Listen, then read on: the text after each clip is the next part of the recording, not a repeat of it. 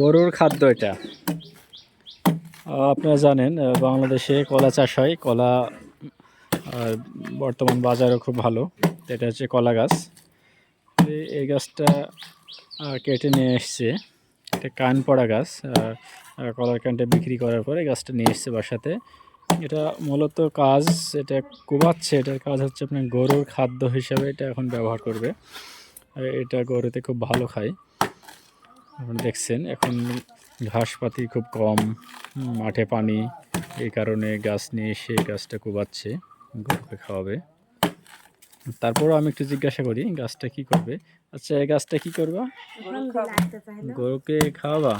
ও তাই, যাকে আপনি দেখছেন আপনাদেরকে দেখাই। এই যে এভাবেই কোবানো হয় গাছ, প্রতিনিয়ত চলছে গাছ কোবানোর ধুম এলাকাতে।